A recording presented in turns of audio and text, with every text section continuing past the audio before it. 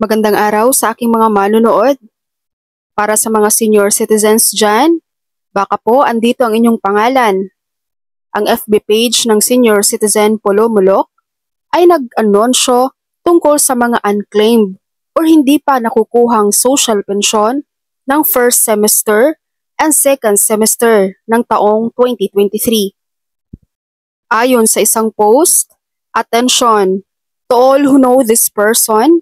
Please direct them to the Senior Citizens Office for their first and second semester Social Pension 2023. The office will be waiting until October 25, 2024. Thank you. Please share to help. Your help is greatly appreciated. Sa taga Polomolok dyan, tingnan mabuti ang nasa listahan.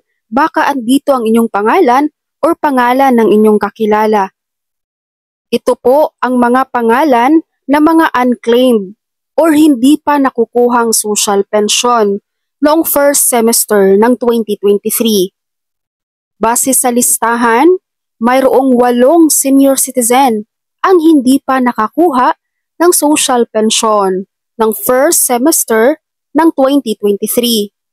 Kapag nandito po ang inyong pangalan, or pangalan ng inyong kakilala, pumunta po agad kayo sa Senior Citizens Office dyan sa Polomolok.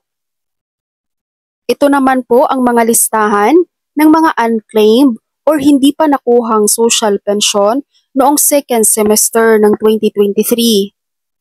Pakitingnan po ng mabuti, base sa listahan, mayroong 15 na mga senior citizen ang hindi pa nakuha ang social pension for second semester ng 2023.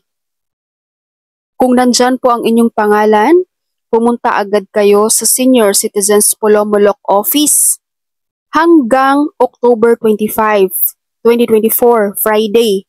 Pero kung nakita nyo na to ng mas maaga, huwag nyo na pong paabutin ang October 25. Agad-agad po, pumunta na po kayo sa Senior Citizens Office para maklaim nyo po itong inyong social pension payout. Kunin nyo po ito dahil sayang.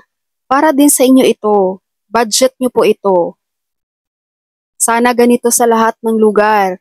Kahit anong mangyari, ibigay pa din sa nararapat ang social pension para doon sa mga senior citizen na hindi nakuha ang kanilang social pension nung araw ng bigayan. Yun lamang po, maraming salamat sa inyong panonood and God bless you all.